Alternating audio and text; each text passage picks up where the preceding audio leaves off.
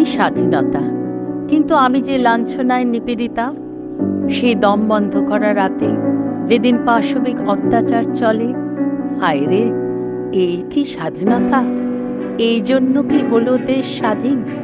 1942-এ 9ই August Bharat ছাড়ো ডাক দিয়েছিল যে সকল মহামানব, তারা কি ঘুণাক্ষরেও জানতেন সংখ্যার এপিঠ-ওপিঠ 42-এর বদলে 24 দেশের মানুষের কাছে লাঞ্ছনায় জর্জরিত হবে তুমি স্বাধীনতায়।